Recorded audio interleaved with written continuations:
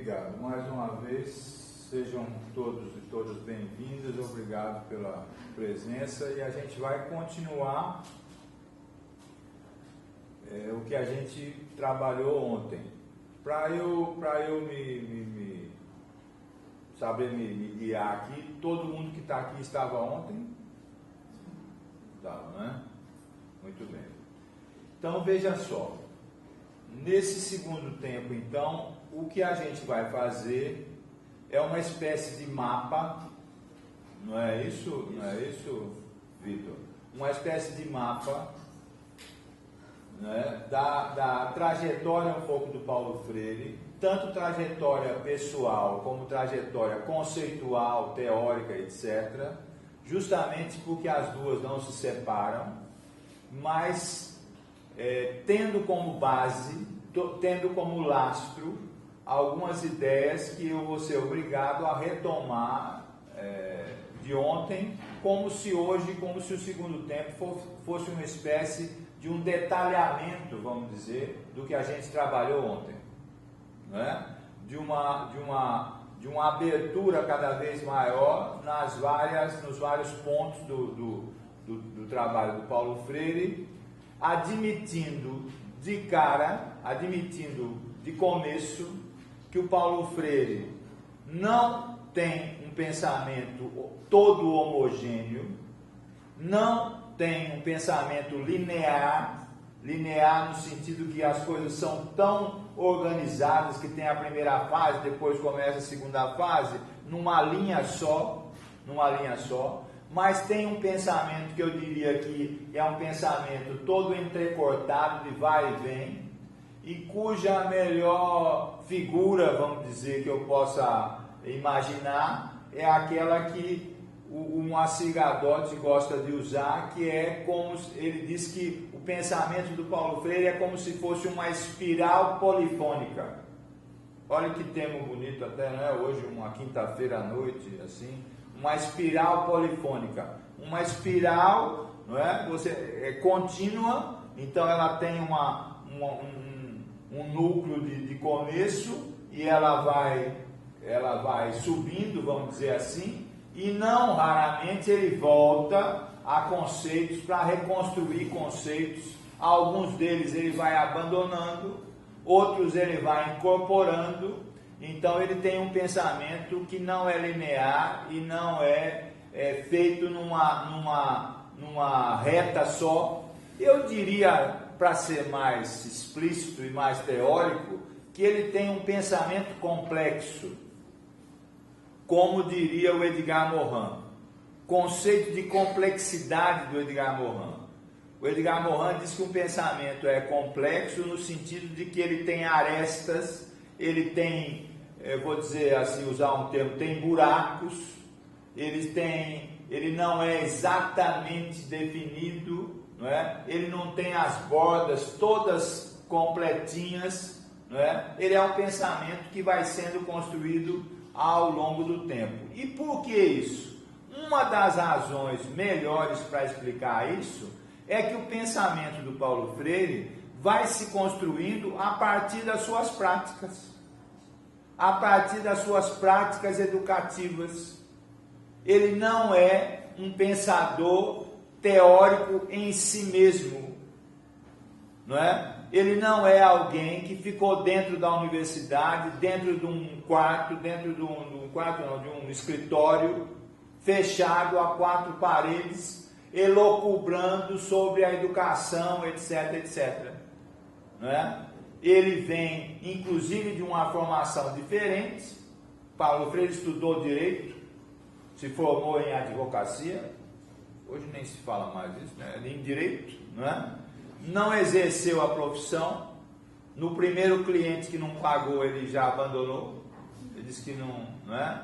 Teve uma grande influência da sua primeira esposa, sua grande líder, vamos dizer assim, influente, professora Elza Freire, que acho que circunstanciou muito a ida dele para a educação. Começou como um professor de português, então a questão de linguagem para ele e depois da alfabetização não é uma coisa que caiu do céu, no sentido de que ele já, não é? Quer dizer, alguém que é professor de português, claro que vai se deparar com problemas com seus alunos de linguagem, de construção, de leitura, e se deparou com o principal problema brasileiro, o mais grave, de tantos graves que tem, o mais grave que é qual? O analfabetismo. Que de lá para cá, do Paulo Freire, lá do começo dos anos 60, do que ficou conhecido como método Paulo Freire, etc., a meu ver, piorou essa questão. Essa questão, não é? Hoje você tem não mais um analfabetismo, mas você tem analfabetismos vários, não é? Vou contar uma coisa pessoal, mas é bem esclarecedora.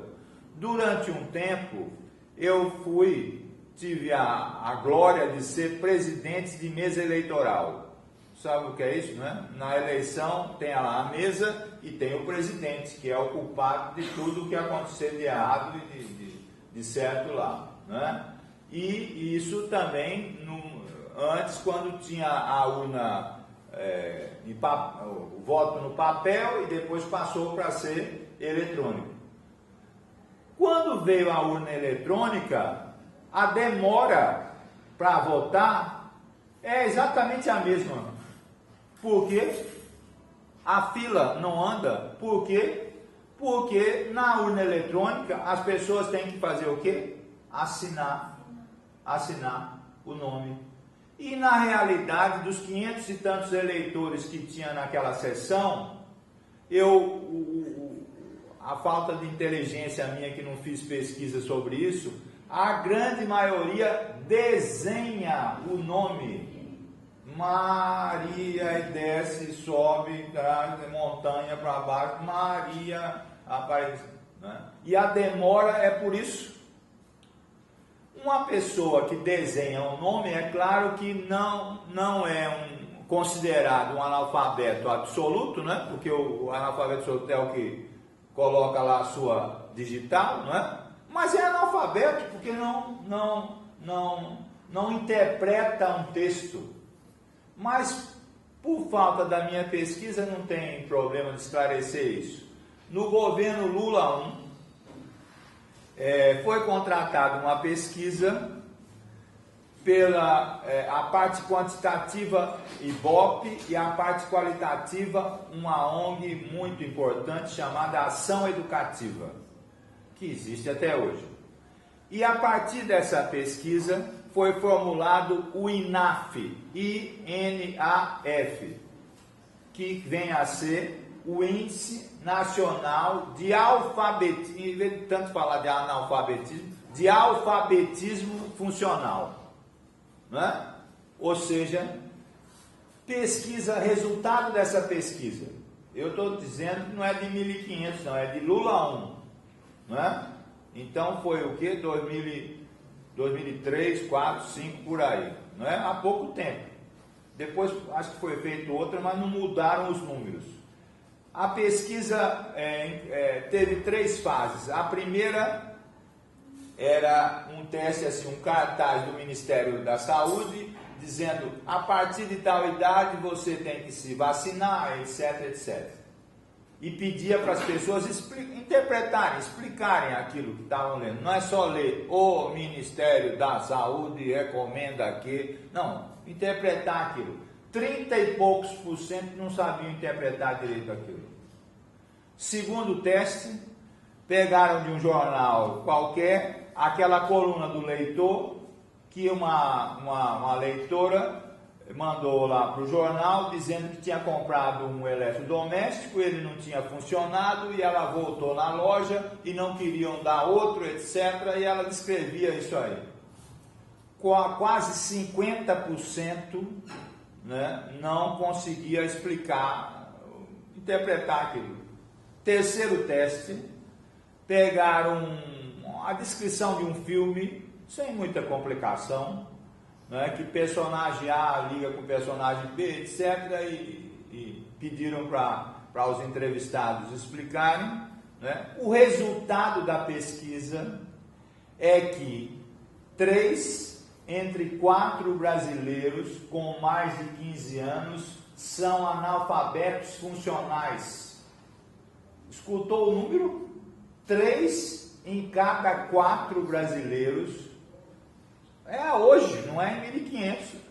75%, né? Agora imagine, não vou nem dizer o resultado, como foi o teste de matemática, né? Porque fizeram também, né? Um teste de matemática, né? Um desastre, né? Bom, se a gente está falando de 2000 e pouco, imagine o problema, o tamanho do problema, né? Em 1961, né? Num país que ainda as universidades começavam a existir, etc. A formação de professores também, de alfabetizadores é um problema até hoje, e assim por diante, né? Então o Paulo Freire se dedicou a isso. Eu começo por aí para duas coisas. Primeiro, para a gente ter como referência o que a gente pode chamar de primeira fase, né? A primeira fase, que é muito marcada pelo que foi chamado de método Paulo Freire, e que ele recusava inclusive esse nome, né? O que método dá sempre a ideia de uma receita, né? Né? Faça isso, depois faça isso, depois faça de etapas, né? Primeiro você faz uma pesquisa do universo vocabulário, depois escolhe as palavras, etc., até chegar, né? E tinha muito mais do que isso. Tinha uma filosofia, tinha uma intencionalidade, tinha uma política, tinha uma psicologia, tinha tudo. Ele gostava mais de usar sistema Paulo Freire, né? E a outra coisa, que isso foi feito por uma equipe, mas só que ele ficou mais famoso, então recebeu o nome dele, mas é um produto de uma equipe. Sem a equipe não teria o que ficou conhecido como método Paulo Freire, é bom dizer isso. Não é uma coisa que caiu do céu como se fosse um raio e ele achei a saída, alguma coisa assim, né? Tinha lá 2 pessoas que eram linguísticas, da coisa da linguagem, filósofos, metodólogos, etc. É uma equipe, é a equipe do Serviço de Extensão Cultural da Universidade do Recife. Muito bem. Esse é vamos dizer, é a prática. É a prática. Só que essa prática estava mergulhada num contexto profundamente de mudanças intensas, de um Brasil completamente diferente, e que vocês que estão aqui não podem deixar de entender a circunstância histórica. Eu estou dizendo do começo, mas é preciso saber de toda a circunstância histórica dos tempos do Paulo Freire, né? Mas essa inicial, que a gente hoje se encontra há 50 anos, 50 e poucos anos, é especialmente importante. É a hora que o Brasil intensifica a sua ideia de se tornar um país andando com as suas próprias pernas. Por isso é a época de um projeto chamado de nacionalismo desenvolvimentista, e aí já pega uma parte do mapa teórico do Paulo Freire, não é? O Paulo Freire foi, assim como os intelectuais da época, muito influenciado pelo nacionalismo desenvolvimentista, e tem que entender isso, porque o partido do Hitler também era nacionalista. Então tem que entender isso não como um rótulo, mas entender dentro das circunstâncias. O projeto nacionalista desenvolvimentista no Brasil, ele nasce a partir dos governos Vargas, que vem trazendo Getúlio Vargas, etc. Mas quando chega nos anos 50, especialmente na segunda metade dos anos 50, ele ganha um impulso especial dentro do governo Juscelino Kubitschek. Né? E dentro desse governo, apoiado inclusive por esse governo, existia um instituto chamado Instituto Superior de Estudos Brasileiros, que reunia, como disse ontem, a nata da intelectualidade brasileira, de várias tendências, mas um predomínio, assim, por falta de melhor assim, classificação, um predomínio de uma linha mais de esquerda.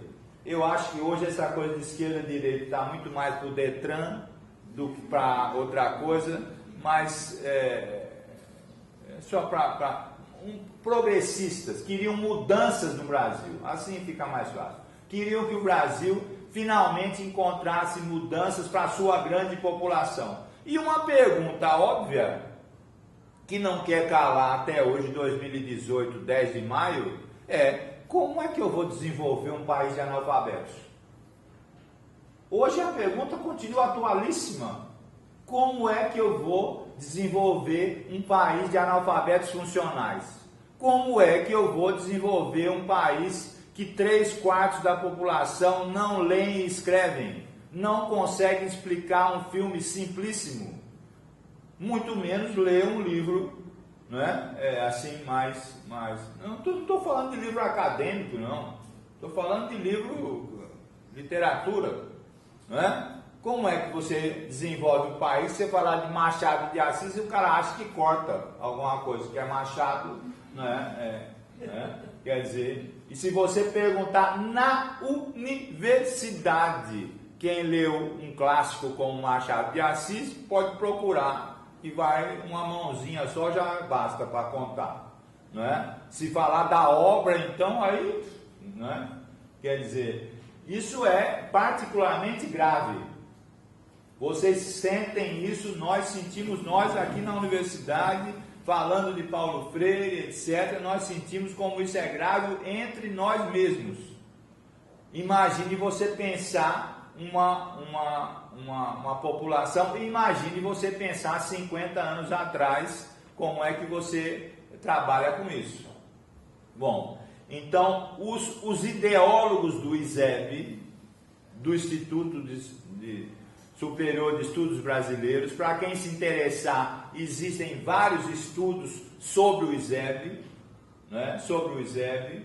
Um dos melhores é de um sobrenome Hux, não sei se pronuncia assim, R-O-U-X, que é sobre o ISEB, particularmente sobre um dos filósofos mais importantes do ISEB, que foi o Álvaro Vieira Pinto, não é? Também sobre outros integrantes do ISEB, mas eu falo de Álvaro Vieira Pinto, que para o Paulo Freire teve uma importância fundamental, né? Quer dizer, o conceito de realidade nacional, o conceito de nacionalismo, o conceito de desenvolvimentismo, etc., que o Paulo Freire traz nas suas primeiras obras, e eu falo particularmente de uma obra chamada Educação e Atualidade Brasileira. Não está colocada para o grande público como obra principal, mas é uma obra fundamental, é aquela que, para entrar na universidade na época, em 1959, que o Paulo Freire foi dar aula na Universidade do Recife, o sujeito no concurso apresentava um texto, como se fosse uma tese, não é? Ele inclusive foi fazer o concurso e pegou o segundo lugar e depois entrar primeiro e segundo, e a tese do concurso dele se chamou Educação e Atualidade Brasileira.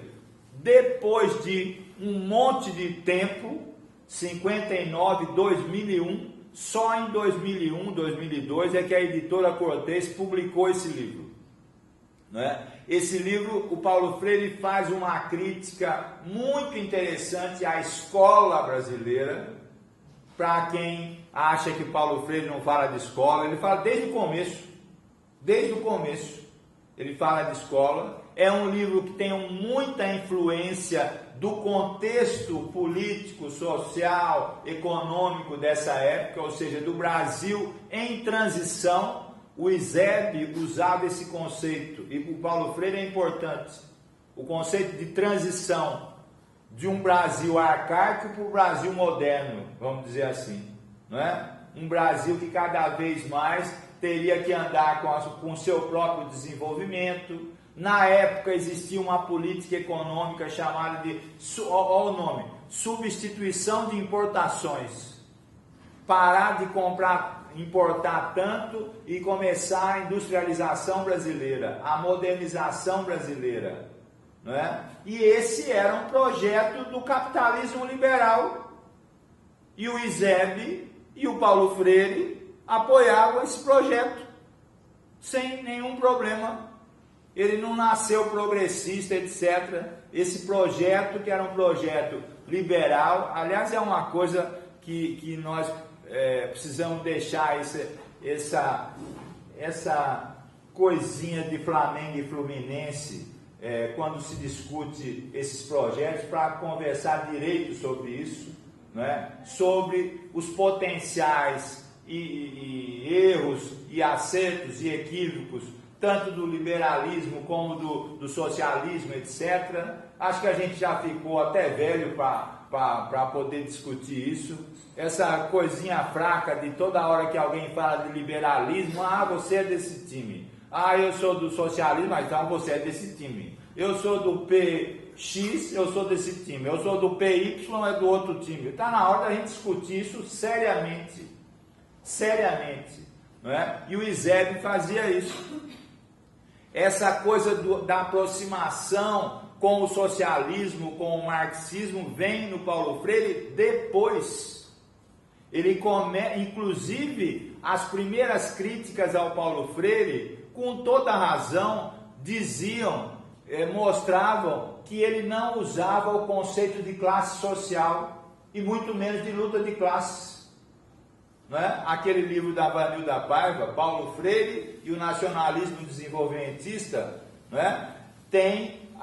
Ele é muito qualificado porque ele foca esse momento e ele, no caso, ele tem uma grande falha porque ele passa para o leitor a impressão que o Paulo Freire só é aquilo, só é aquele livro, não é? Mas no começo das ideias do Paulo Freire, volto a dizer, situado em Educação e Atualidade Brasileira, esse é um livro para ler, e Educação como Prática da Liberdade, estão aí colocadas então esse contexto, e ainda não tem uma referência ao socialismo, ao marxismo, que isso vem depois na obra do Paulo Freire. Por isso é que a gente tem que entender isso, o Paulo Freire, como um pensamento que vai em progresso, que vai sendo progressivamente andando.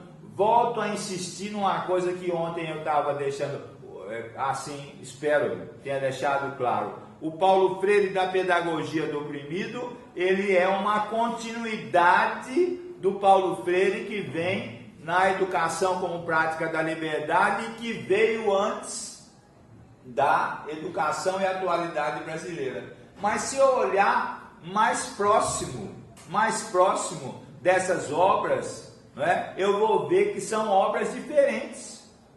Educação e Atualidade Brasileira procura fazer uma crítica à educação brasileira da época. Olha a data dela, 1959 é que ele escreve isso. Então ele só pode falar da educação até ali.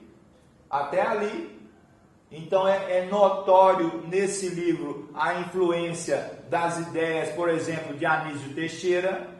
Não podia ser diferente, não é? E Anísio Teixeira, por seu turno, é marcado pelas ideias do norte-americano John Dewey, ou John Dewey, como queiram chamar, D-E-W-E-Y,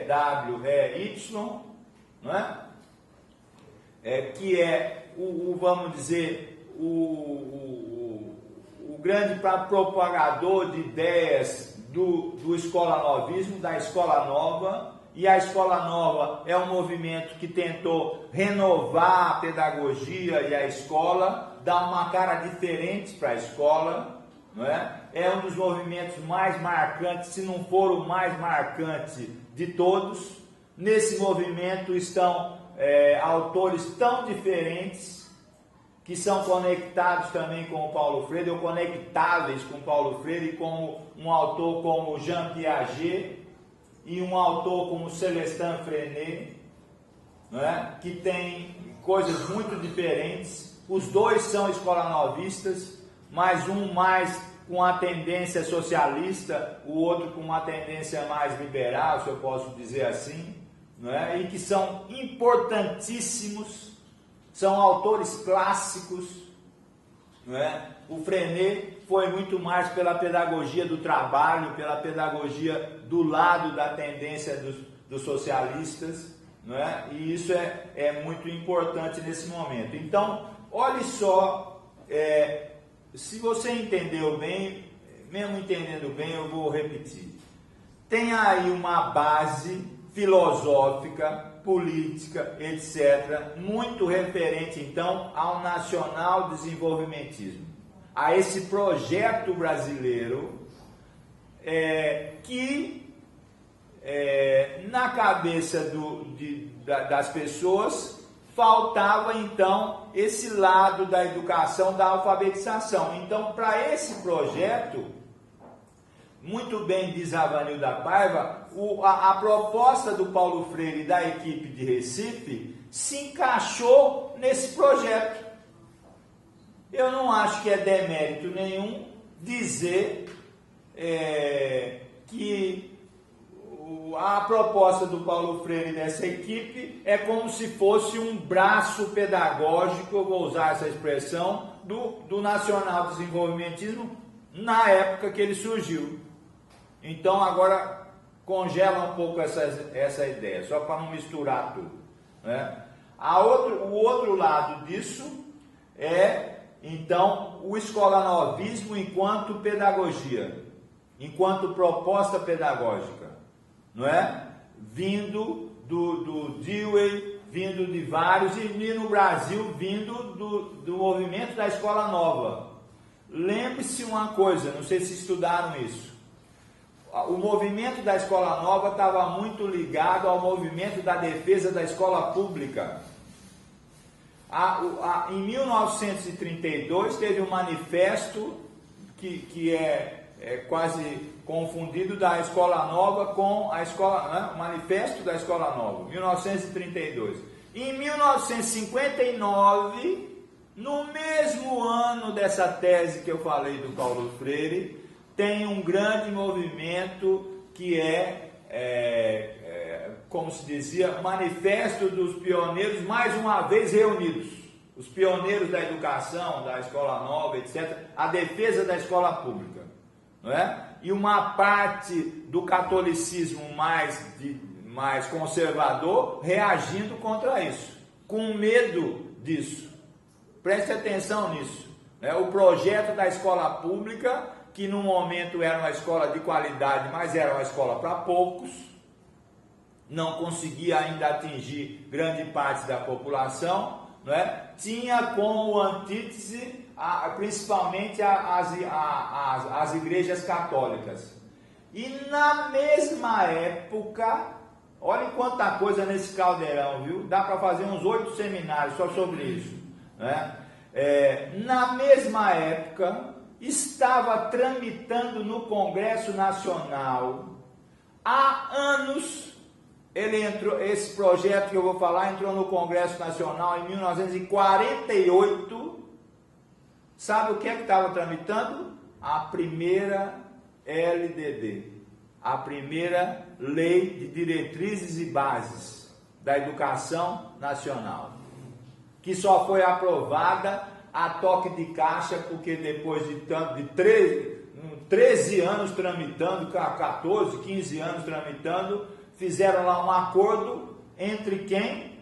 Entre os defensores da escola pública e os defensores da escola católica, privada, etc. E fizeram uma coxa de retalho e foi aprovada a primeira Lei de Diretrizes e Bases.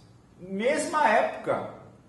Na mesma época, atenção, o Fidel Castro, 1959, é o mesmo ano, fez, e sua companhia, fez a Revolução Cubana. E depois o senhor Che Guevara começa a andar pela América Latina, tentando fazer a guerrilha, etc, etc. Tudo na mesma época.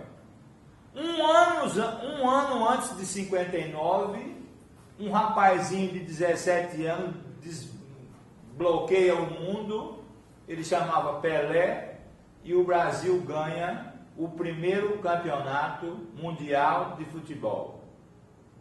É desse tempo também que tem um sujeito chamado Tom Jobim, João Gilberto, daqui a pouco o Caetano Veloso, etc. Vem aí o movimento da Bossa Nova, que começa a encantar o mundo, né? O Brasil começa a se projetar para o mundo de uma outra maneira, seja no futebol. O Brasil está numa época, o Brasil, quando você vê fotos de 1920, 1930, você vê aquelas chimbiquinhas de carro andando, né? Não sei como vocês chamam aqui, uma chimbica, aquela Ford 29, né? Olha o número, Ford 29 só pode ser de 1929. 30 anos depois, o Brasil estava fabricando Fuscas. O Brasil, que no século XIX andava de carroça, de coisa, depois de bonde, estava fabricando carros. Mesmo sendo Volkswagen, Ford, etc., mas estava fabricando carro, quer dizer que já tinha um operariado, já tinha uma indústria. Eu estou dizendo tudo isso porque essas ideias do Paulo Freire não vão assim, eu estava sentado embaixo de uma, como chama? De uma mangueira e caiu uma manga na minha cabeça, eu achei que... Não, ela é produto desse contexto. Esse contexto que era profundamente ideologizado, esse contexto que mostrava o auge da Guerra Fria, entre quem? Entre os Estados Unidos liderando de um lado e a União Soviética, não é? E isso se revelava, ou seja, quem tinha uma postura mais progressista, etc., era logo identificado com quem? Com os comunistas. O Paulo Freire foi preso 2 vezes, foi identificado como comunista. Nunca foi.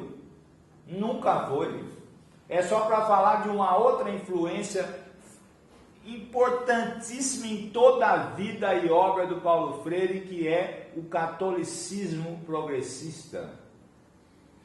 Primeiro identificado pela proximidade com Dom Helder Câmara. E com o catolicismo progressista vem 2 bases iniciais do pensamento do Freire, para dar um nó na cabeça da gente, que são o personalismo e o existencialismo cristãos. A pessoa que tem que se educar, não é? A coisa a coisa existência, a ideia, por exemplo, inicial que aparece sobre liberdade na obra do Paulo Freire é uma liberdade individual, existencial. O ser humano é um ser de relações, olha só, o ser humano é um ser de relações existência, que constrói a sua existência. Depois isso aí vai se tornar, no lugar de liberdade, ele começa a mais usar libertação, porque libertação está mais próximo do que? Da teologia da libertação. E a teologia da libertação mistura o quê? Mistura essas raízes do catolicismo progressista, que vem de Mounier, que vem de Jasper, e vem de outros autores, não é? De filósofos, de padres, etc. Por exemplo, um padre muito importante para o Paulo Freire é o padre Lima Vaz. Ele cita várias vezes o padre Lima Vaz, que era um estudioso desses autores. Então, para não dar um nó na nossa cabeça, eu reviso. Tem aí o nacionalismo desenvolvimentista e a ideia de que o Brasil era um país na transição para a modernidade. Ele fala isso é do Eusébio, ele repete isso, um país arcaico para um país moderno. E eu mostrando, não é? O Sudeste aqui e o Sul, mas principalmente o Sudeste, liderando eu vou chamar assim, esse novo capitalismo brasileiro, que agora é um capitalismo industrial. E podemos dizer que já é um capitalismo globalizado, que a globalização não começou a semana passada, não.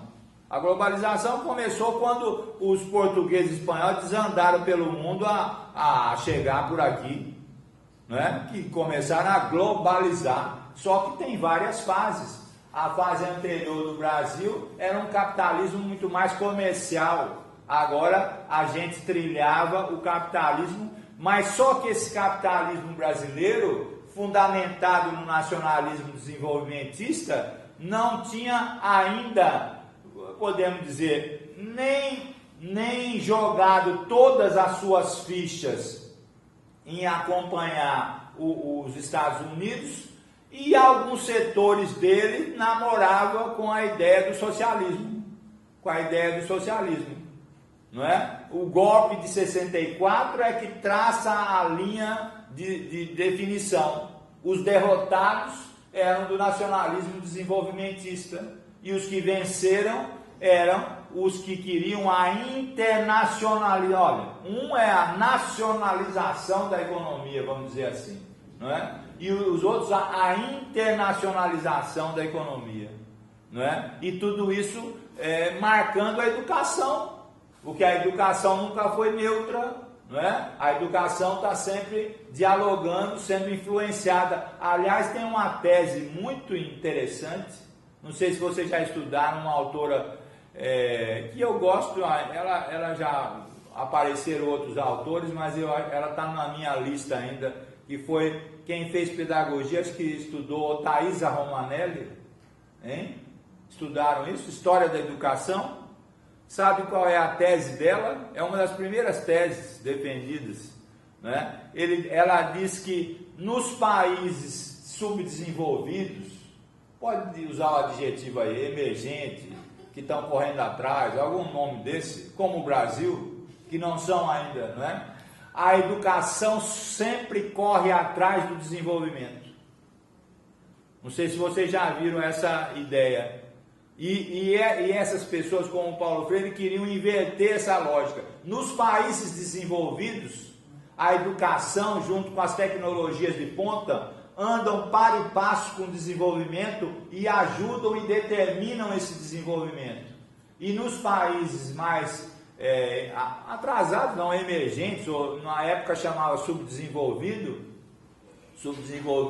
não é? A educação vem sempre correndo atrás dessa, e uma das coisas que a educação brasileira tinha que correr atrás era da alfabetização, da educação básica, da coisa mais chão possível nesse sentido, né? Então o Paulo Freire tem uma influência desse nacionalismo desenvolvimentista através dos ideólogos do ISEB, e eu chamo a atenção, porque não vai dar para estudar tudo, do filósofo Álvaro Vieira Pinto, a ideia da transição.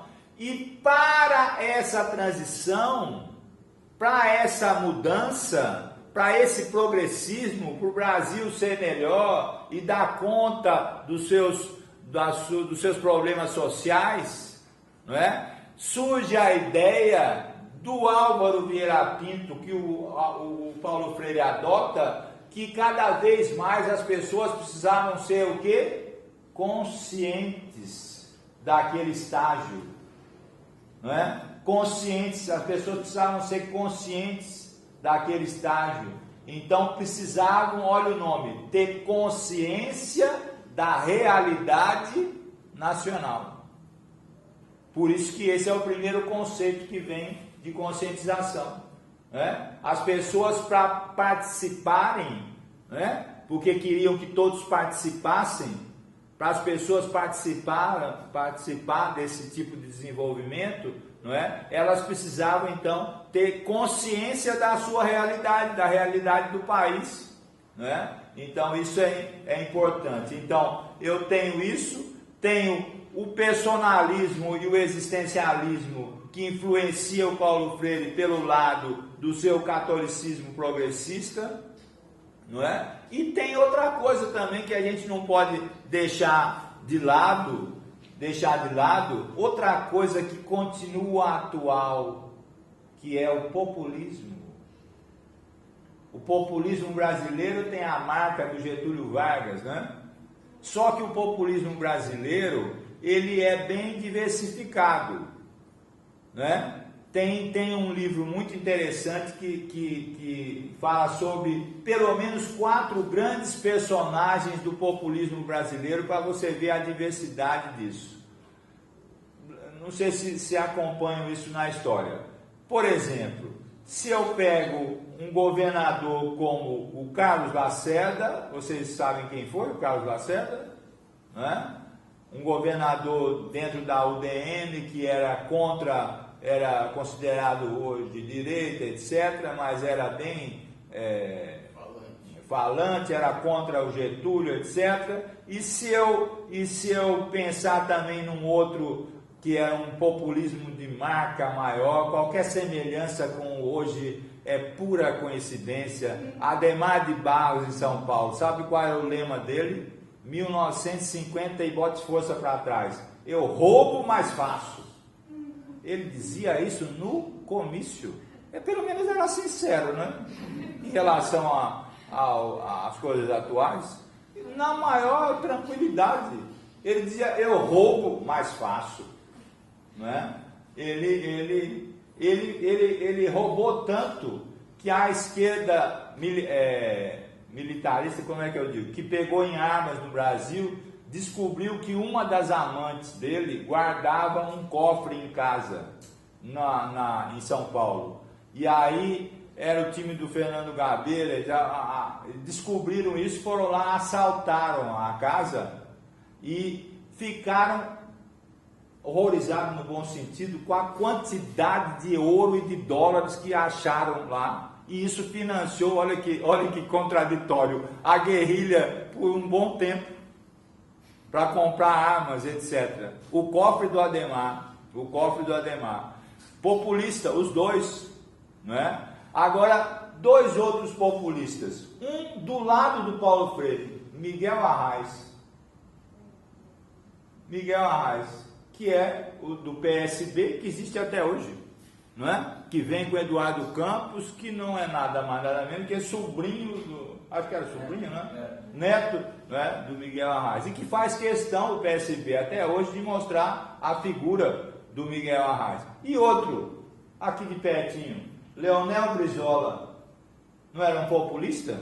O que eu estou dizendo disso é que o populismo estava, porque eu tenho que falar dessa época, em voga, porque a democracia no Brasil era uma florzinha muito fraquinha. Vocês acompanham essa trajetória? Não é que eu estava falando ontem? A República, em 1889, foi um golpe militar. Getúlio chegou ao poder em 1930, com um golpe militar. Saiu do poder pelos militares. Deixou no seu lugar simplesmente o Marechal Dutra, um militar, que era o seu ministro da guerra. Não é? Depois tem uma sequência e volta o Getúlio no segundo governo, e se suicida, e entra Juscelino Kubitschek, etc. E daqui a pouco os militares voltam de novo.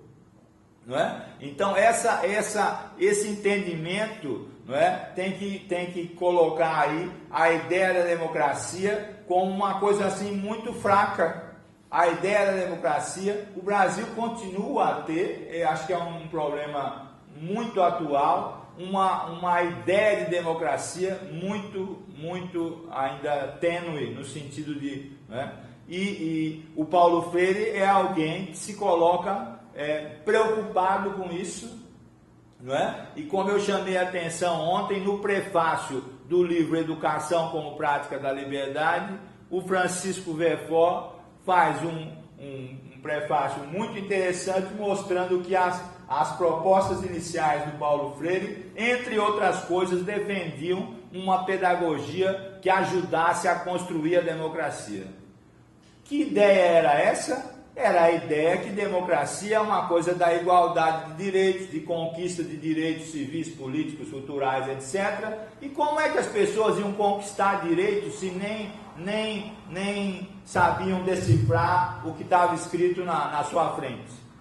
Como é que você tem democracia num país como esse, que é o nosso, de tanta desigualdade? Não é? Desigualdade é a antítese da democracia. Quando eu falo que democracia é um regime de oportunidades semelhantes, para não ser muito exigente, para falar que é igual, oportunidades para todos, né? Que oportunidade é essa para todos? Quem é que chega hoje no ensino médio? Só um pouco. Quem é que sai do ensino médio? Pouquíssimo. Quem chega na universidade? O pouquíssimo do pouquíssimo do pouquíssimo pouco. Não é? Que igualdade, que democracia é essa? Democracia não é só votar de 4 em 4 anos, não. Agora é de 2, né? Porque é os prefeitos no meio, não é? De 2, não é? Essa é uma parte, claro, da escolha, etc. Não é? Mas essa ideia da pedagogia democrática é uma ideia muito forte. Em que se pode pensar isso?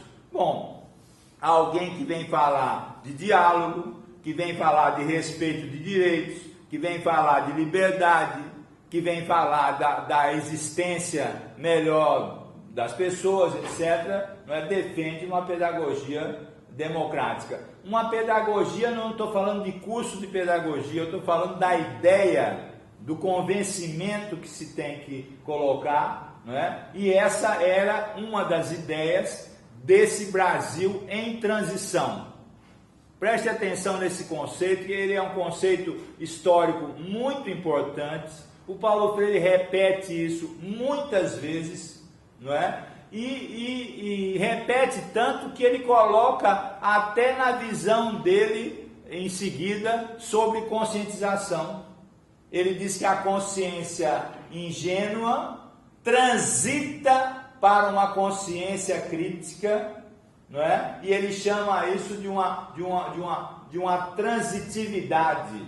Ele usa o conceito que os zebianos usam para o Brasil social, política, para a sua categoria pedagógica central, ou uma das suas categorias pedagógicas centrais, não é? Essa coisa da consciência da realidade nacional já é um conceito mais, vamos dizer, mais politizado, e essa transição da consciência ingênua para uma consciência crítica já é um conceito mais, como eu diria, psicopedagógico. Vocês entendem isso? Um é mais um conceito político-pedagógico e outro é um conceito mais psicopedagógico, né? Porque o Paulo Freire vai misturando essas coisas todas, né? Nesse caldeirão inicial dessas duas obras, não cheguei ainda na Pedagogia do Oprimido, dessas duas obras, você tem então Educação e Atualidade Brasileira como uma crítica à escola, ao sistema brasileiro. Depois ele vai dizer que esse sistema brasileiro é um sistema que preza pela educação bancária, quando ele chega lá na Pedagogia do Oprimido, e que contra isso ele propõe uma educação problematizadora, não é? Ele vai usando isso para forjar os seus conceitos principais, não é? É importante a gente entender essa construção. O Educação como Prática da Liberdade tem aí, evidentemente, um apelo político que é de alguém que foi expulso do Brasil pela ditadura, que foi preso, que ficou quase 2, 3 meses preso no Exército. E para quem conheceu um pouquinho, não precisa nem ter conhecido muito do Paulo Freire assim pessoalmente, ficaria assim muito sem explicar como é que alguém daquele jeito suportou ficar 2, 3 meses preso no Exército, não é? Porque era alguém assim que gostava de contar história, de falar, de se reunir, tomar uma branquinha e falar bastante, contar história, e dar risada, ouvir música, essa coisa, não é? Paulo Freire, por exemplo, foi muito próximo de Ariano Suassuna, que vocês todos sabem, não é? Esse era o outro time. Olhe quanta coisa. O Paulo Freire e a equipe da Universidade do Recife eram muito próximos do movimento de cultura popular do Recife, e que depois virou o movimento de cultura popular de Pernambuco, todos levados e apoiados por Miguel Arraes. Arraes primeiro era prefeito do Recife e depois virou governador. No mesmo Pernambuco, Paraíba, Recife, João Pessoa, surgiram o quê? As ligas camponesas, nessa época, pedindo o quê? Reforma agrária. Não era o MST da época, mas assim, por uma analogia, a diferença é que as ligas camponesas queriam a terra mesmo, não queriam derrubar ninguém, não queriam essa coisa da... Né?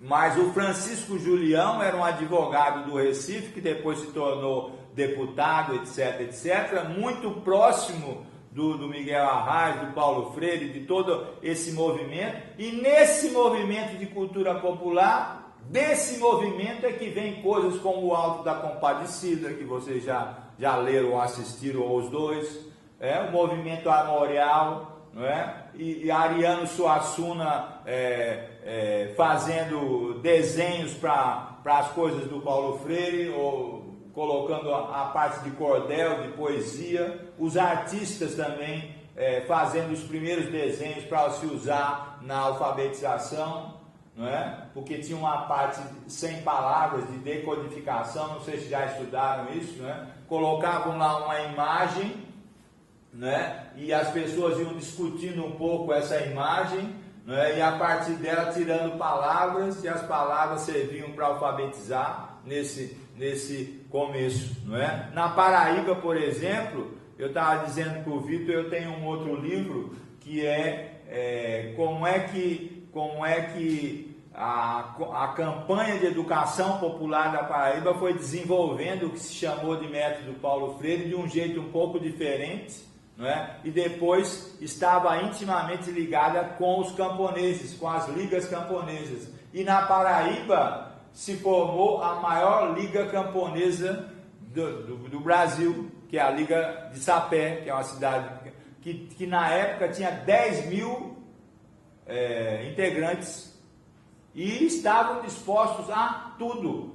Não tinham a ideia de derrubar ninguém, mas tinham a ideia de defender a terra para comer,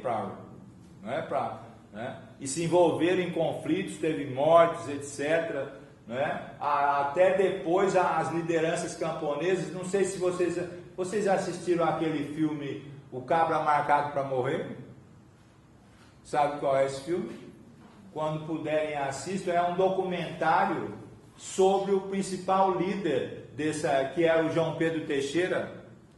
Ele foi morto numa emboscada por fazendeiros, por latifundiários, e a mulher dele era uma das alfabetizadoras pelo chamado método Paulo Freire. Ela é viva até hoje, tem 90 e tanto, chama-se Elizabeth Teixeira. E o Eduardo Coutinho, recentemente falecido, um maior documentarista brasileiro, que fez virou um filme. É um filme, não vou contar o filme, um filme sobre essa época que quando teve o golpe militar eles precisaram fugir correndo da Paraíba. Depois de muitos anos ele voltou e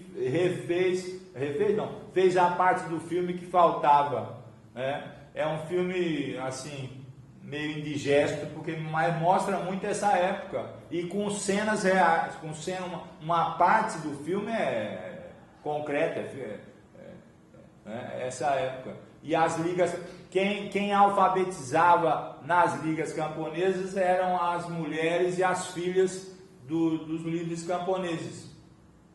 Eu estou dizendo tudo isso para você ver de que caldeirão é que brotam essas ideias.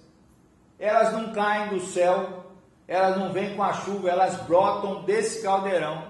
O Paulo Freire tem uma expressão mais ou menos assim: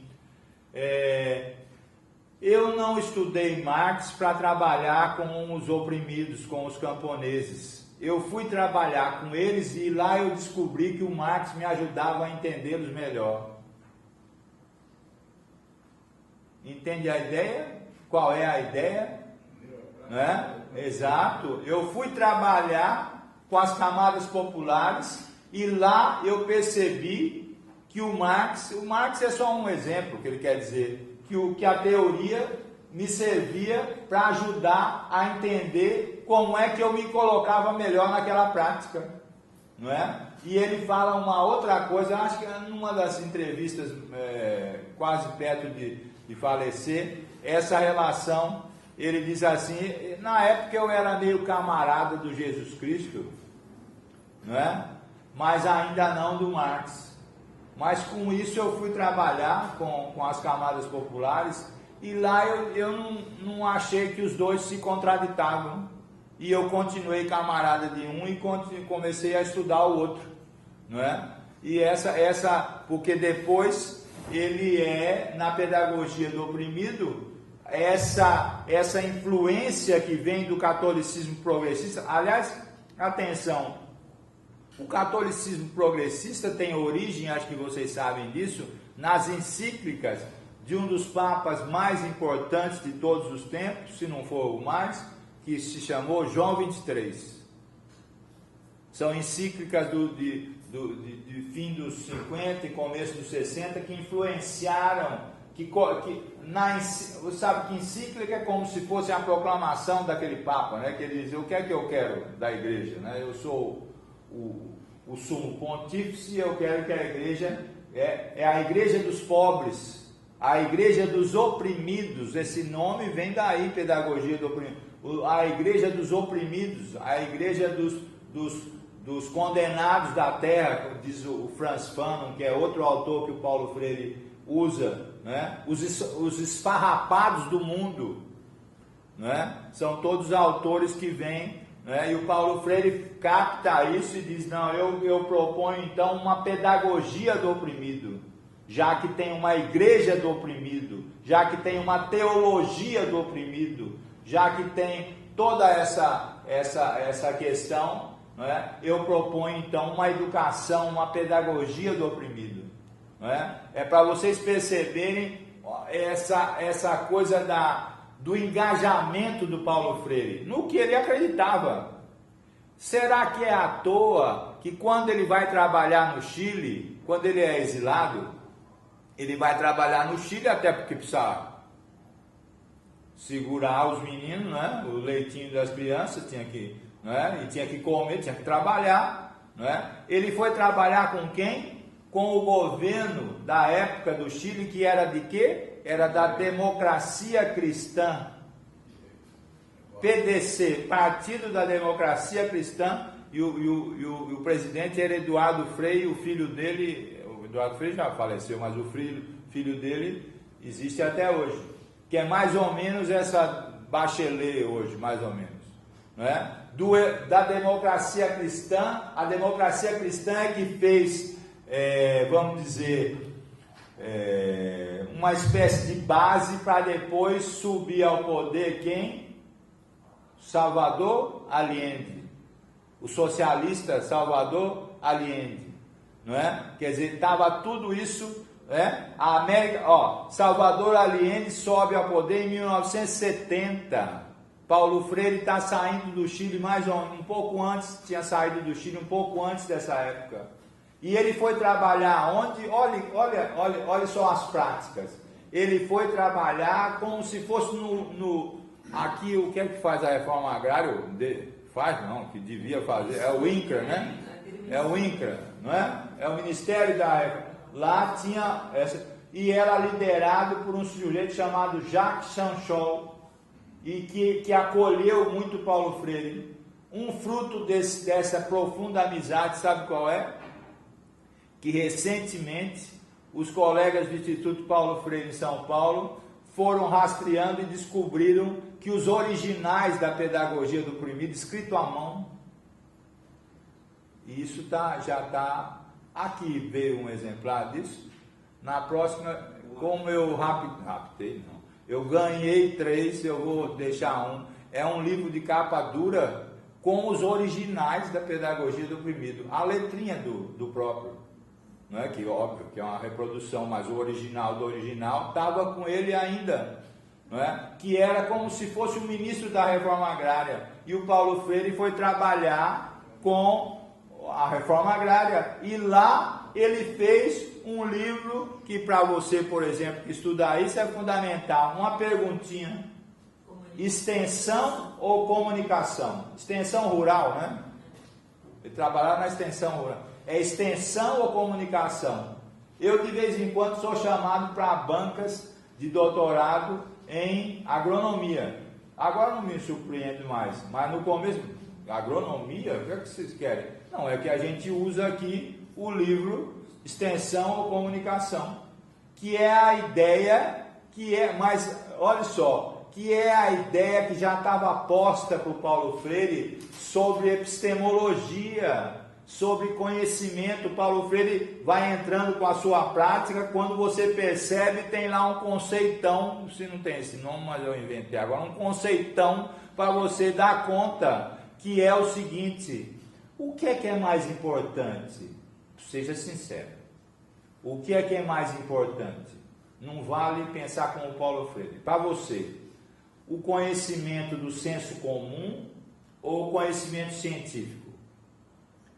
Nós todos fomos formados para dizer que a segunda opção é mais importante, que nós, porque estamos aqui e detemos um pouquinho desse conhecimento, somos mais importantes que os outros, não é? Não que a gente fale isso da boca para fora, a gente só pensa da boca para dentro, não é? Não, mas brincadeira à parte, ele começa a dizer o seguinte: se o extensionista rural, assim como o extensionista aqui na universidade, vai para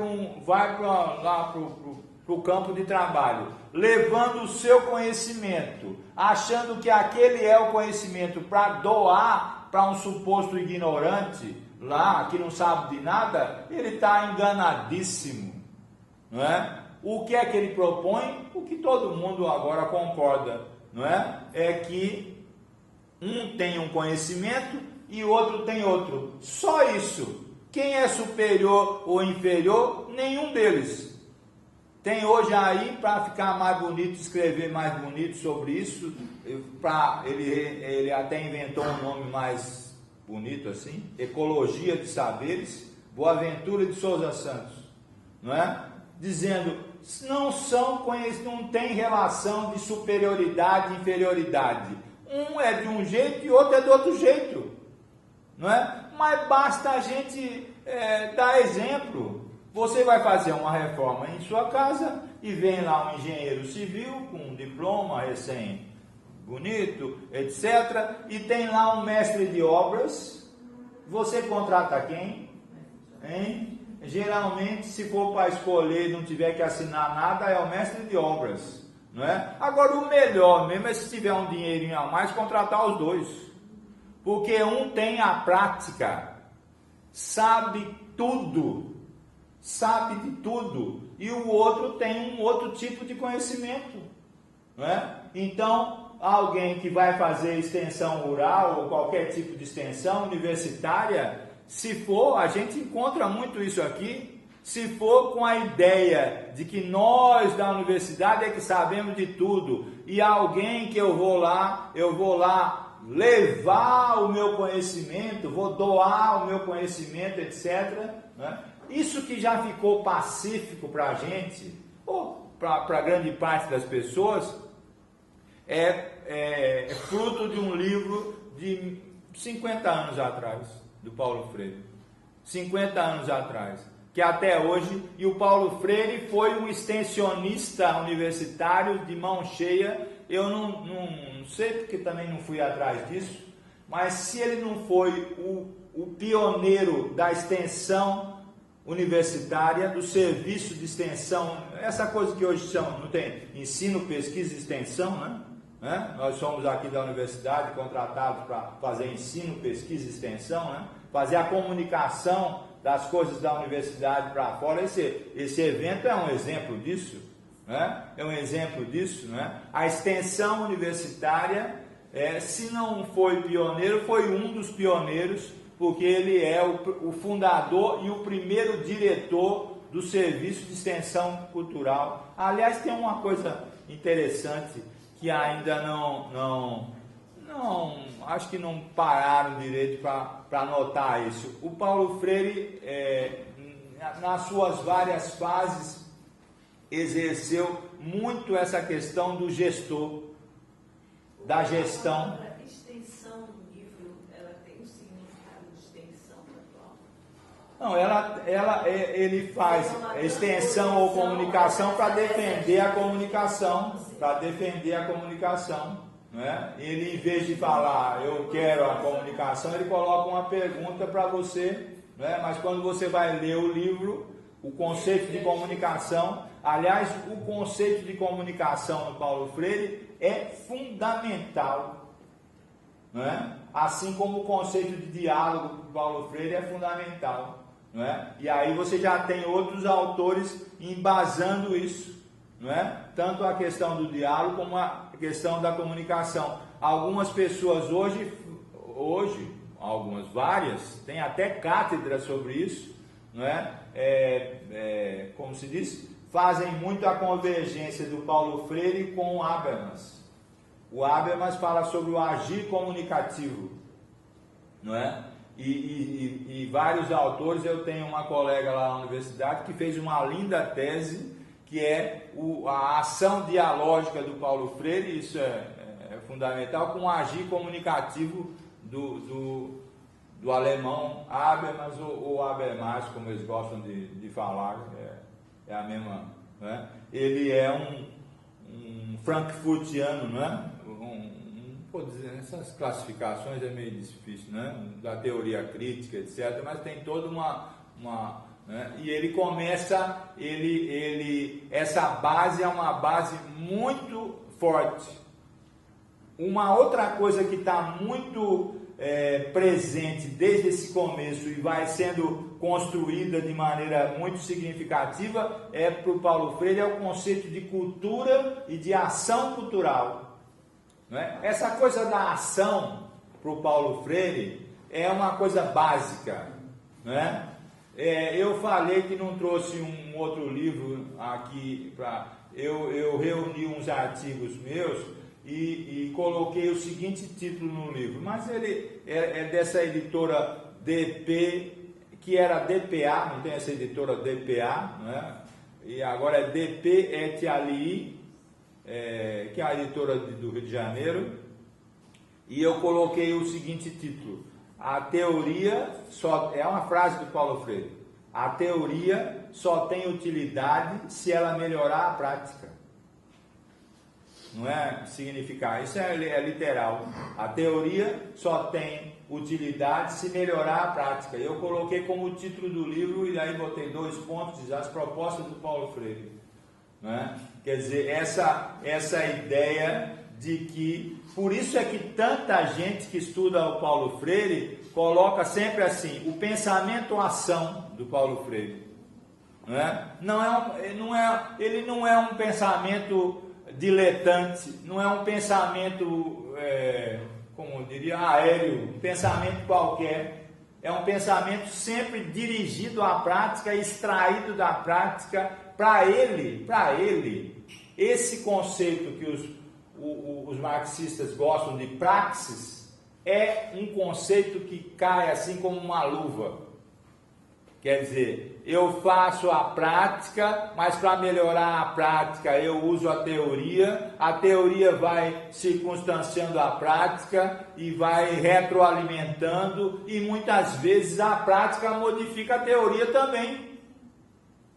O que é que seria, por exemplo, essa ideia de crise de paradigmas, quando a gente fala sobre isso? Quando é que um determinado paradigma, um determinado conceito muda? Ele muda, uma das coisas que faz um paradigma, um conceito mudar, é quando a prática, a circunstância que ele quer explicar muda. Muda. Não é?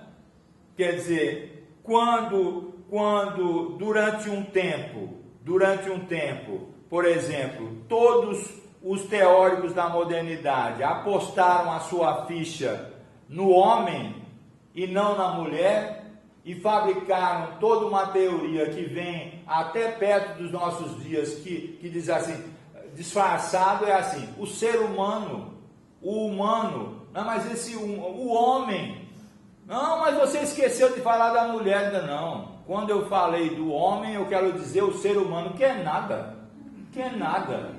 não é? Era o homem, era o operário, porque a fábrica era o terreno do forte, a mulher era para ficar em casa. Raras eram as mulheres que iam para a fábrica. Então quem ia mudar o mundo não eram as mulheres, eram os homens reunidos em classe social, né? Mas isso é uma teoria que não vingou.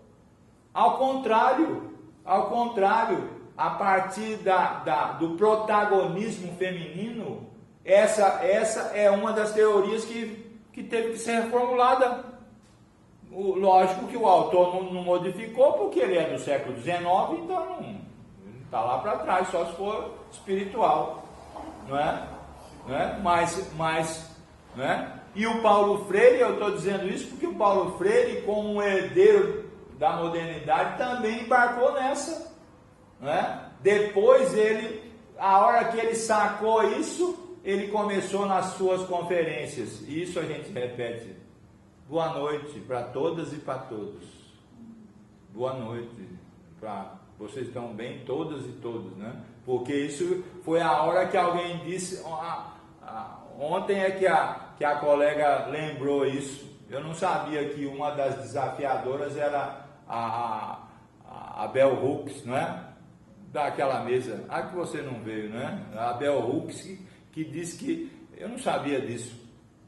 Ele foi fazer uma conferência nos Estados Unidos, né, que ela era norte-americana, e não queriam que ela soubesse da conferência dele e não fosse, porque ela ia questionar por que ele tinha uma linguagem que não falava das mulheres. E ela foi e questionou, né? E quando e o relato da professora diz que ela gostou muito porque ele no fim reconheceu que não usava porque tinha uma linguagem ainda da modernidade, sexista, etc. Né? Depois, no final, eu posso depois até passar para vocês, é produto de uma mesa na Universidade do Porto, onde a gente discutiu como é que o Paulo Freire, nas obras posteriores, principalmente na Pedagogia da Esperança, que é um livro já de 1992, não é? Vai pensar um pouco o que é pós-modernidade, quais são os furos da modernidade, o que é que ela conseguiu e o que é que ela deixou de conseguir, não é? Mas ele durante um tempo caminha nesse trilho, não é? Que a gente precisa entender para ver que circunstâncias que criaram isso, né? Mas eu vou andar aqui porque, né? Que desculpa que eu dou, hein? Invente aí uma desculpa. É uma desculpa que vocês no grupo vão ter mais tempo para debater, né? E que hoje eu tenho que cumprir minha missão aqui até o final, etc. Eu estou dizendo porque mas eu vou tentar fechar aqui mais rapidamente. Eu estou só querendo dizer com isso que eu ainda não cheguei na pedagogia do oprimido.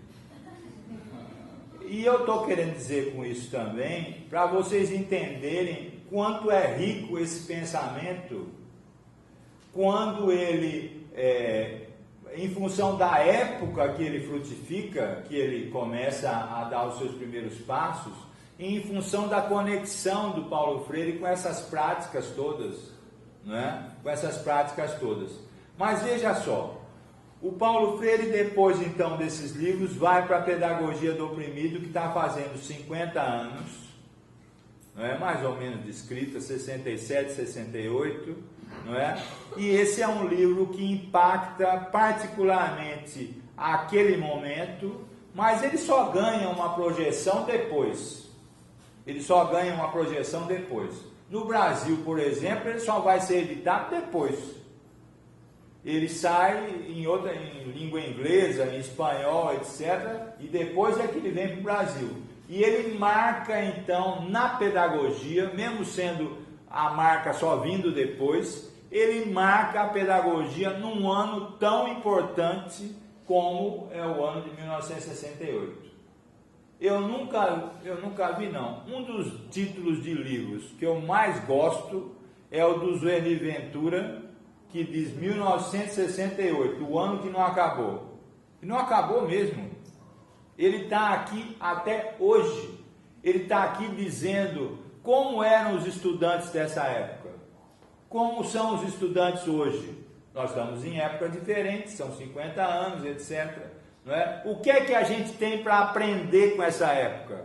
Não é? E o que é que a gente pode deixar de lado nessa época? Para o Paulo Freire, é o começo de uma espécie de trilha cada vez maior, que vai deixando esses aportes mais existencialistas e personalistas. Não é que ele jogue fora, mas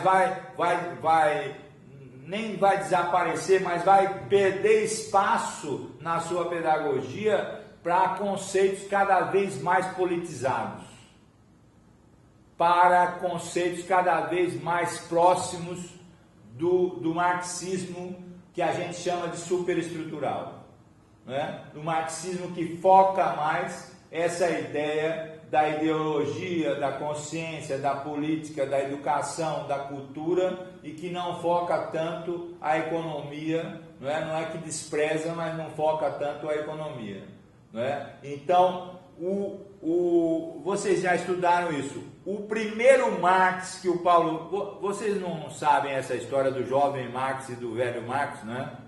O jovem Marx é muito mais filósofo, né? É muito mais influenciado pelo Hegel, não é? Então ele publica a filosofia alemã, as teses sobre Feuerbach, não é? E lá, por exemplo, nas 11 teses sobre Feuerbach, na terceira tem assim uma coisa que o Paulo Freire vai buscar: quem é que educa o educador? Não é? Quem é que educa o educador? Né? Como é que o educador é educado? Que é uma pergunta que continua atual, sobre formação docente, né? Sobre formação docente, né? De que jeito?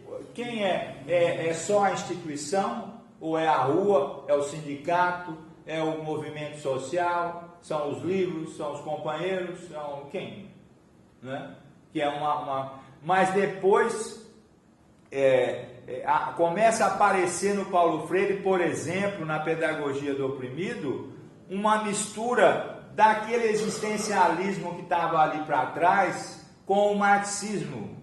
Quem é que mistura o existencialismo com o marxismo? Um senhor chamado Jean-Paul Sartre, e ele cita Jean-Paul Sartre. Então ele vai transitando teoricamente, não é? Mas se você olhar direito, a Pedagogia do Oprimido, ela tem 4 capítulos, dos quais os 2 primeiros são pura continuidade do livro anterior, Educação como Prática da Liberdade, e os 2 outros capítulos são já andando mais celeremente para frente. Esse é o final dos anos 60, desculpe, não é? E aparecem vários livros importantes nessa época. Um deles é Educação e Mudança, não é? Um outro é a Ação Cultural para a Liberdade e Outros Escritos. São reuniões de textos.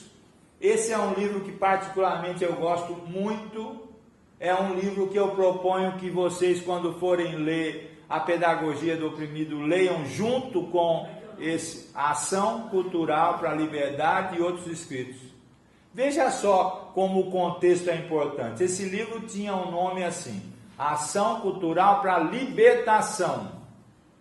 Como Paulo Freire era um exilado político, e como ele escreveu esse livro, ele estava na Universidade de Harvard durante um tempo, não é? Aconselharam a que ele não usasse a palavra libertação, mas continuasse a usar liberdade.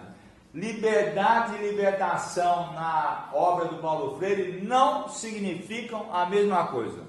E quando você pegar um texto, você compare.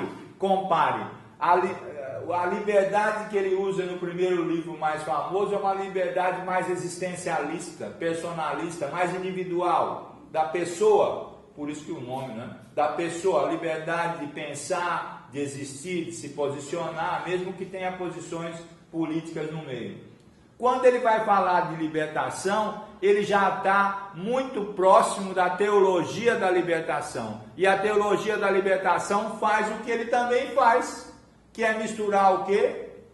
O catolicismo progressista com o marxismo. ou com o marxismo, não que o marxismo é tão, com uma parte, um lado do marxismo, não é? Depois eu noto isso, foi uma das descobertas que mais me deram satisfação de fazer quando eu li o Paulo Freire, quando ele vai na década seguinte trabalhar na Europa, não é? E trabalhar particularmente nos países africanos de língua portuguesa e conviver com a revolução socialista que eles estavam tentando fazer contra a colonização portuguesa, etc, etc, não é? Ele começa a trazer para dentro da sua literatura, não é? Não só mais o marxismo superestrutural, cultural, como você queira chamar, que vem com Lukács, vem com outros autores, que você pode, Lucien Goldman, por exemplo, a máxima consciência possível, que é esse lado, ele vai começar a perceber o que está acontecendo na Guiné-Bissau, em Angola, nos países onde a reconstrução da economia era imperativo, senão os caras não iam comer nada.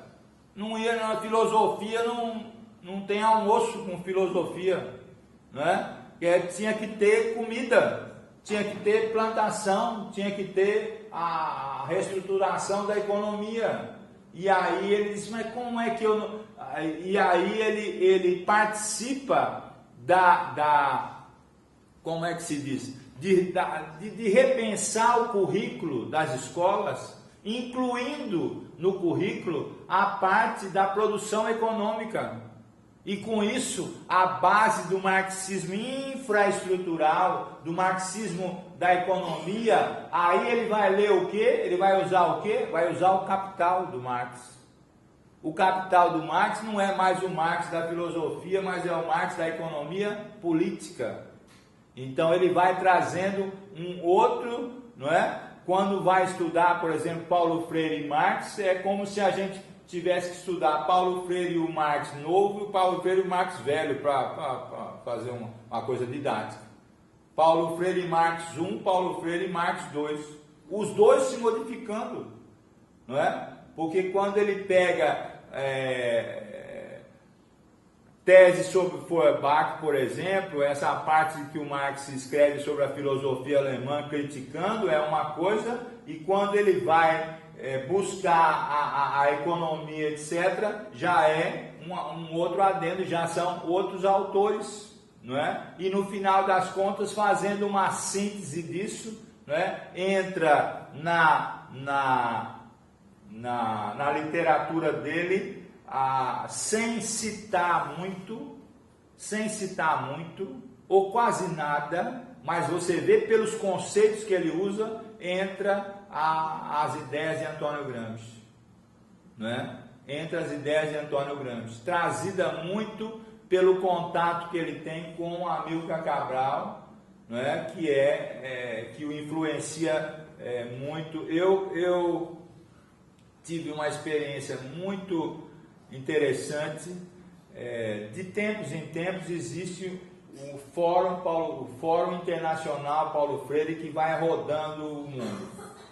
E uma das partes foi em Cabo Verde, na África, né? E eu fui fazer, até o texto da conferência está disponível na internet. Eu fui fazer a conferência de abertura, né? E aí no dia anterior, eu lá ainda ia começar no dia seguinte, andando um pouco por lá. Isso é como você está vendo Salvador, uma parte de Salvador, os mercados de Salvador, né, a negritude, etc. Né, e tomando uma cervejinha no mercado, eu comecei a pensar como é que aquele sujeito tão saudoso do Brasil, que já estava fora do seu país há quantos anos? Há pelo menos 12, 13 anos, como é que a África o impacta? Como é que a África, essa proximidade com os brasileiros, com o batuque, com o samba, com o candomblé, com os cheiros das pimentas, etc, etc, o mercado, né? Como é que isso impacta o Paulo Freire, né? E aí é que eu percebi que a gente, em termos de teoria, a gente pode dizer que a África impacta mais o Paulo Freire do que o Paulo Freire a África. A contribuição, na minha visão, é muito mais para o lado dele, o saldo é muito mais para o lado dele, não é? E para mim, nesse sentido, o livro Cartas à Guiné-Bissau é fundamental. Para mim, é tão importante quanto a Pedagogia do Oprimido. Cartas à Guiné-Bissau. São cartas que ele escreve aos educadores da Guiné-Bissau, não é? Um livro muito importante, que eu até vi alguém com ele aí. Ali para você. É esse livro aqui. Eu não posso passar dessa linha. Não posso. Mostre aqui para todo mundo. Eu não posso, a linha aqui é a garrafa, eu não posso passar daqui. Cartas à Guiné-Bissau. É um livro publicado pela Paz e Terra. Como é o subtítulo? Registro de uma experiência em processo. Registro de uma experiência em processo. Não é? Se fosse o meu, está riscado. Os meus livros do Paulo Freire são coloridos. A primeira leitura foi com a tinta azul, depois veio a preta, vermelha e depois, não contente, vem a marcação em amarelinho, cada vez que eu vou. Esse é um livro que é preciso ler. A concepção de alfabetização vai ganhando outras cores. Por exemplo, o Paulo Freire no começo não admitia muito na alfabetização material escrito, como se fossem cartilhas. Aqui está cheio delas, não cartilhas babé, bibobu, mas escritos, não é? Sabe por quê? Porque inicialmente a ideia de que a alfabetização estaria bem encaminhada com 40 horas, isso nunca deu certo.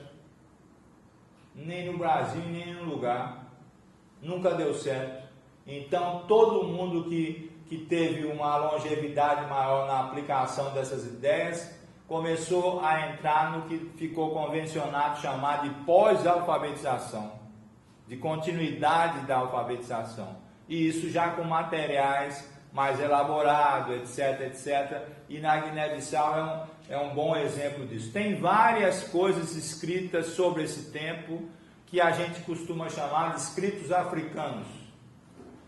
Anos 70, Paulo Freire, como um dos grandes colaboradores, coordenadores da parte educacional do Conselho Mundial das Igrejas.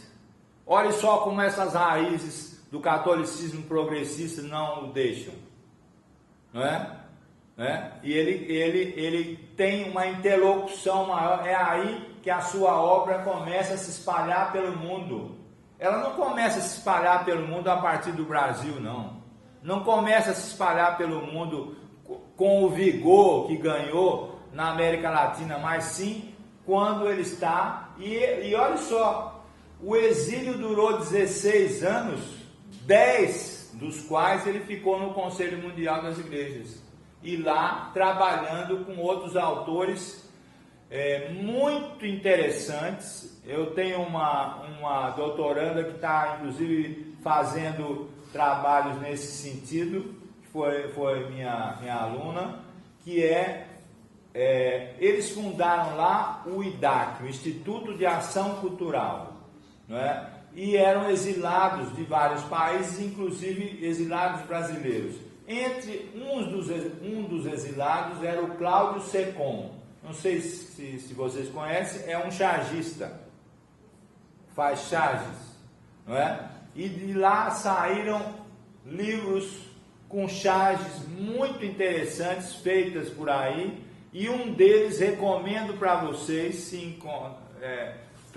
principalmente em sebos se encontram, não é? Porque não editaram mais. O livro se chama Cuidado, Escola. Como nessas, como chama isso? Negócio de aprender a guiar? Cuidado, vírgula, escola, exclamação. Ele tem uma placa de trânsito na capa. É um livro muito interessante. Muito interessante. E essa menina lá, uma moça já casada, etc., está fazendo um doutorado com as charges, não só desse livro, mas a charge como aprendizagem educativa. Muito interessante. E como é que ela foi usada nos livros de educação, etc. Não é? Para fechar isso, o Paulo Freire volta para o Brasil, mais uma vez com uma experiência de gestão. É uma coisa que eu só prestei atenção nisso depois. Ele foi gestor no SESI de Pernambuco, ele foi diretor do Serviço de Extensão Cultural da Universidade do Recife, ele trabalhou numa parte de gestão educacional na reforma agrária do Chile. Depois ele foi para o Conselho Mundial das Igrejas como uma espécie de coordenador de educação do Conselho. Depois ele foi trabalhar com o Ministério da Educação dos países de língua portuguesa. Depois, quando voltou para São Paulo, foi secretário de Educação do município de São Paulo. É interessante alguém se pensar nisso. O fio condutor disso é gestão democrática, gestão coletiva. Nenhuma dessas gestões, nenhuma foi exercida verticalmente, sozinha. Todas foram em equipe.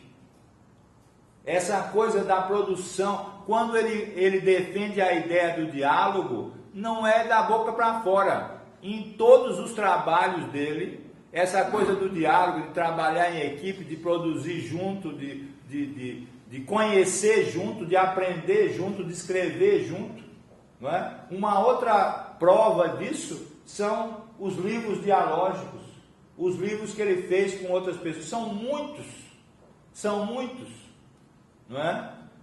Fez livro com Frei Beto, fez livro com Moacir Gadotti, fez livro com Aira Shaw, fez livro com Antônio Faundes, ele fez vários livros dialógicos, todos eles com essa ideia de alguém dialogando, respondendo questões, etc., gravando, e depois cada um que estava lá revisando o seu texto para fazer. E saem livros muito interessantes, não é? Inclusive de um tempo em que ele dizia para ele mesmo que precisava parar um pouco para discutir as ideias dele, em vez de ver outras. É um momento, não é de crise no sentido existencial, não, que eu estou aqui para baixo, que eu estou... Não é isso, mas um momento que ele escuta. Ele era especialista no ouvir, escuta o mundo e começa a pegar as principais teorias que vêm do liberalismo, do marxismo, etc., e o mundo começa a mudar, começa a virar de ponta cabeça. O mundo do trabalho, que foi a grande inspiração dos teóricos, tanto do liberalismo como do marxismo, do socialismo, começa a virar de ponta cabeça. E como explicar isso? Não é? Até chegar no nosso tempo agora. Não é? Quando o Paulo Freire está lá nos anos 60, a América Latina quer caminhar para a industrialização. Então, a classe operária, a classe trabalhadora, isso dura um tempo. Depois isso vai tendo outros sujeitos sociais, não é? Até chegar, por exemplo, à crise vigorosa dos sindicatos, que vem até hoje. Por quê? Porque o mundo do trabalho mudou muito. O mundo do trabalho hoje, fundamentado nos serviços, e não nas fábricas é predominante. A indústria não tem o mesmo papel que tinha antes, portanto, os seus... Não é? No tempo, por exemplo, do Lula no sindicato, parar a Volkswagen ou parar a indústria lá do ABC correspondia a dar um choque na economia brasileira, né? Quer dizer, depois isso ganha uma outra conotação. Se hoje, por exemplo, uma indústria de São Bernardo, lá do ABC, parar, tem um impacto, mas não é o mesmo impacto. Não é? Quem é que mais leva a gente para a rua hoje? Hein? Não, estou dizendo quem reúne mais gente na rua hoje é o espaço LGBT. Quando você tem lá uma vez por ano, não sei a época em São Paulo, 2 milhões de pessoas na rua, 3 milhões de pessoas, e eu não sou nem de longe especialista para discutir essa coisa, mas também enxergo, não é? Quer dizer, quem é que leva hoje 2, 3 milhões de pessoas na rua? Não é o sindicato, leva 10 mil pessoas. Quando tem lá o encontro anual, etc., 2 milhões de pessoas, 3 milhões de pessoas. Não é? Eu só estou dizendo isso para dizer, o mundo mudou. E a interpretação do mundo tem que mudar. Não é assim que os paradigmas mudam? Quando é que os paradigmas mudam? Quando é que a teoria tem que mudar? A teoria não é sobre nada, a teoria é sobre o mundo. Se o mundo mudou, se a sociedade mudou, de duas uma, ou a teoria se reformula para dar conta dela, ou cria uma nova. Não é?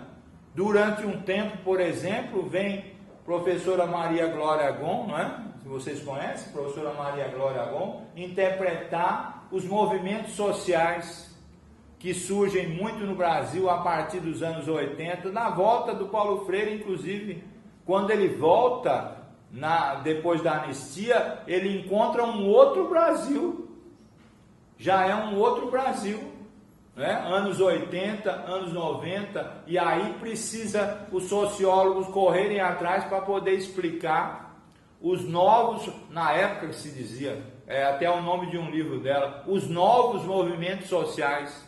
Hoje já estão os novos e os que chegaram há pouquíssimo tempo. Há pouquíssimo tempo. Não é? E isso é fundamental. Mesmo assim, o Paulo Freire vai colaborar muito com as suas ideias, com o movimento do Sem Terra, que criam as suas próprias escolas, as suas próprias demandas, etc. Não sei se já leram isso, tem várias pessoas que seguem o Paulo Freire em algumas coisas e fizeram os livros da educação do MST, como a Roseli Caldati e outras pessoas que estudam isso, né? Então ele vai começar a colaborar tanto com prefeituras do Partido dos Trabalhadores, como na época chamados novos movimentos sociais. E aí ele começa a mostrar, por exemplo, que tanto a pedagogia é carregada de política, quanto os movimentos sociais e políticos têm a sua pedagogia, têm o seu aprendizado, né? E ele vai cada vez mais bater força nesse eixo central dele, né? Nas combinações na inseparabilidade entre educação e política.